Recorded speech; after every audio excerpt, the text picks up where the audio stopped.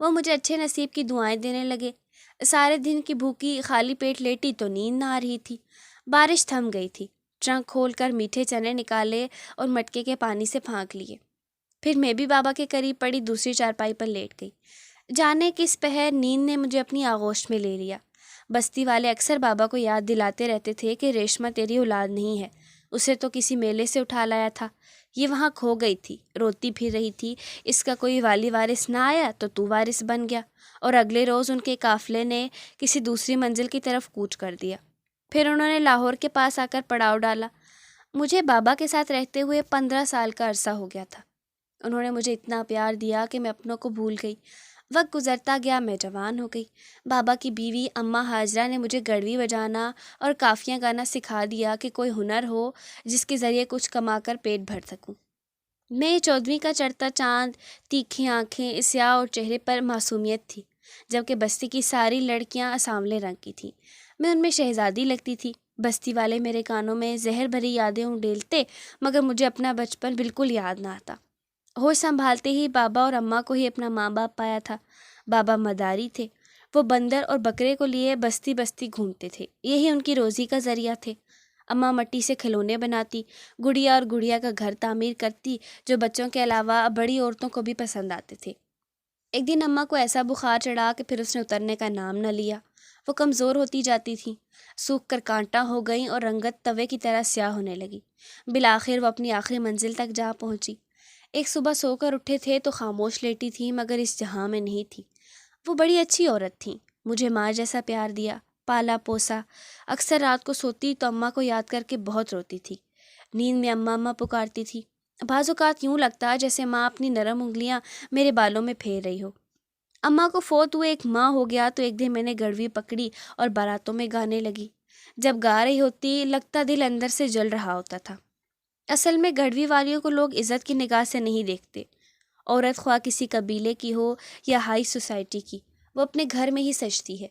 میری آواز میں جو سوز تھا اس نے مجھ کو بہت جلد مقبول کیا اور شہرت ملنے لگی، مگر میں چادر لپیٹ کر ہر تقریب میں جاتی تھی اور گڑوی والیوں کی ماننے بن سنور کرنا جاتی تھی۔ میں بڑے درد کے ساتھ عارفانہ کلام سناتی تھی۔ مجھ کو لوگ شروع میں دوسری گانے والیوں سے کم پیسے دیتے تھے، کیونکہ میں اپنے جسم کی شیشے کی مانند نمائش نہیں کرتی تھی، اپنے آپ کو امیروں کی دست درازی سے محفوظ رکھتی تھی۔ میں دوسری سب لڑکیوں سے مختلف تھی۔ کئی بار میں نے اس گانے بجانے کے ہنر کو چھوڑنے کا ارادہ کر لیا۔ کئی بار باعزت ذریعہ روزگار کی خاطر معاشرے کے ٹھیکیداروں اور اصلاح پسندوں کی مدد چاہی، لیکن ہر کوئی میری عزت اور جوانی کے پیچھے تھا۔ کئی دولت مند جوانوں نے ایک رات کے بدلے اتنی دولت کی پیشکش کی جو مجھے ساری زندگی کے لیے کافی ہوتی۔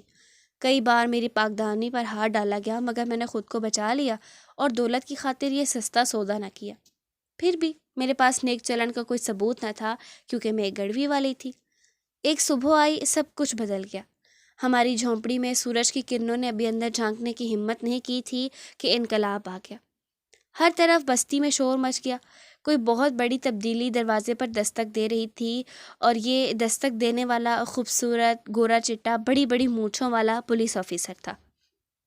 اس کے ساتھ کافی پولیس والے آئے تھے جنہوں نے ہماری غریب بستی میں ہلچل مچا دی تھی۔ تمام تر فوکس باپا پر تھا اور وہ پولیس والے کو ٹھیک طرح جواب دینے سے قاصر تھے۔ کسی نے مخبری کی تھی کہ اس مداری نے ایک بچی کئی سال پہلے میلے سے اغوا کی تھی۔ میں نے دیکھا کہ بابا کو پولیس نے گھیر لیا ہے، ساتھ میں سوالوں کی بوچھاڑ کر دی ہے۔ میں جلدی سے دوڑی گئی۔ وہاں جا کر پتہ چلا کہ وہ میرے بارے میں سوالات کر رہے ہیں۔ میں ان کو دیکھ کر سہم گئی۔ پولیس آفیسر کے بال کن پٹیوں کے پاس سے سفید ہو رہے تھے۔ لباس اس کی شخصیت کی طرح اجلا تھا، وہ بہت باروب تھا۔ مجھے اچھا لگا، مگر وہ مسلسل میرے باپ کو ڈانٹ رہا تھا، اسی لیے مجھے برا لگ رہا تھا۔ وہ کہہ رہا تھا، سچ بتا تو اس بچی کے بارے میں، ورنہ تم کو پھانسی پر لٹکا دوں گا۔ بتاؤ یہ کس کی لخت جگر ہے جسے تم نے اغوا کیا تھا؟ اس کا بس نہیں چلتا تھا کہ وہ میرے بابا کو کچا چبا جائے۔ ہمارے ہمسایہ رکھی نے بھی گواہی دی کہ ہاں، میرے بابا سانول نے 10-12 برس قبل اس لڑکی کو میلے سے اٹھایا تھا۔ اچانک پولیس آفیسر میری طرف بڑھا۔ اس نے میری کلائی پکڑی تو چوڑیاں ٹوٹ گئیں اور کلائی پر کالا نشان واضح ہو گیا۔ یہ چاند گرہن کا نشان کہلاتا تھا جو میری کلائی پر پیدائشی تھا۔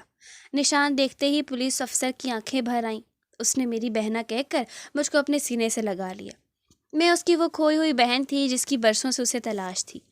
یہ میرا بڑا بھائی اسفر تھا اور میں اس سے 15 برس چھوٹی تھی۔ نوشابہ، میں نے تم کو بستی بستی شہر شہر ڈھونڈا ہے۔ جب سے پولیس میں ملازم ہوا ہوں در در بھٹک رہا ہوں اور تمہیں ڈھونڈ رہا ہوں۔ امی ابو تمہارے لیے رو رو کر بینائی کھو بیٹھے ہیں۔ اس مداری نے ہم پر بہت ظلم کیا ہے۔ اس نے ہم کو انگاروں پر لوٹایا ہے، پل پل تڑپایا ہے۔ ہر قسم کی آسائشیں اور سہولتیں ہوتے ہوئے تم اس گندے ماحول میں جینے پر مجبور ہوئی بہن۔ اب جلدی کرو اور میرے ساتھ گھر چلو۔ اس کی بات میری سمجھ سے باہر تھی۔ میں اجنبی اور حیران نظروں سے کبھی پولیس آفیسر اور کبھی بابا کو دیکھ رہی تھی جن کی آنکھیں بھر آئی تھیں۔ میں بھی روتی آنکھوں سے ان کو دیکھ رہی تھی۔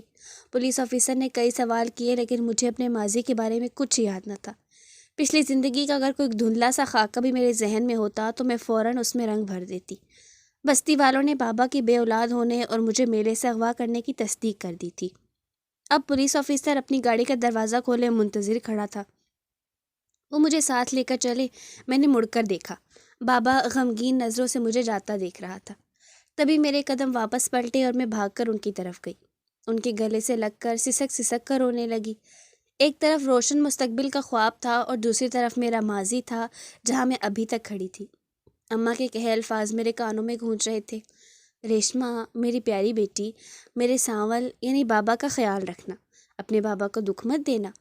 ایک سوچ جاگی۔ میں نے مدعی کی طرف دیکھا اور پھر کہا، بھیا، بابا نے مجھ پر ظلم نہیں کیا۔ اس نے آپ لوگوں کو ڈھونڈا تھا، جب کوئی نہ ملا تو بیٹی بنا کر پاس رکھ لیا۔ شکر ہے کہ انہوں نے سنبھالا۔ اگر میں گندے لوگوں کے ہاتھ لگ جاتی تو سوچو پھر کیا ہوتا۔ میری تقدیر میں یہی لکھا تھا۔ ان پر ناراض مت ہوں، بلکہ ان کو بھی ساتھ لے چلو، تبھی میں آپ کے ساتھ جاؤں گی۔ اکیلی نہیں جا سکتی کیونکہ یہی اب میرے بابا ہیں۔ ساری بستی کو سانپ سونگھ گیا۔ وہ خاموش تھے۔ مکمل سناٹا تھا۔ بابا کی سسکیاں تھم گئیں۔ انہوں نے دعا کے لیے ہاتھ اٹھا کر کہا، میری بچی، جب تو ناسمجھ تھی میں نے تیری حفاظت کی۔ اب تیرے اثر وارث آ گئے ہیں۔ اب تم جاؤ۔